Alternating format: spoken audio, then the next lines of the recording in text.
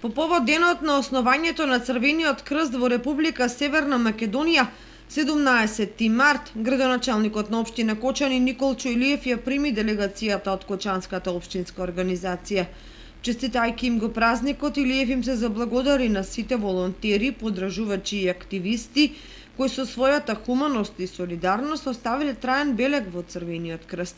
Минатата и оваа година минуваме низ пандемија, но нашите крводарителски акции се постојани, ги продолжуваме сервисните услуги кон граѓаните во ова ризично време и работиме на развој на социјалните услуги, да станеме попрофесионални и повидливи, истакна на средбата Анета Коцева, секретар на општинската организација на Црвен крст Кочани.